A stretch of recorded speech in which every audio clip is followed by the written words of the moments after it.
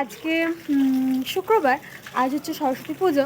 তো আমরা ব্যাঙ্গালোরে আছি বলে কি আমরা রেডি হব না তা কি হয়? আমাদেরও কলেজে পুজো হবে আর আমরা শাড়ি পরে রেডি হয়ে পড়েছি অঞ্জলি দেওয়ার জন্য। চলো তোমাদেরও দেখাবো। তো আমরা তিনজনে শাড়ি পরে বেরিয়ে পড়ি, সাথে ছিল হচ্ছে অন্তরা আর মধু। গিয়ে দেখি অঞ্জলির এক পর্ব শুরু হয়ে গেছে।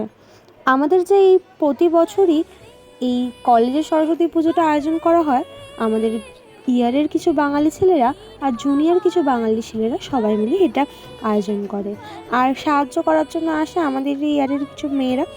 তো এইভাবে এই প্রতি বছরই এখানে আমরা থাকাকালীন এই পুজোটাকে সম্পন্ন করা হয়।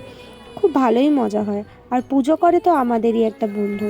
তো এইভাবেই আজকের দিনটা আমরা এখানে কাটিয়ে দিই।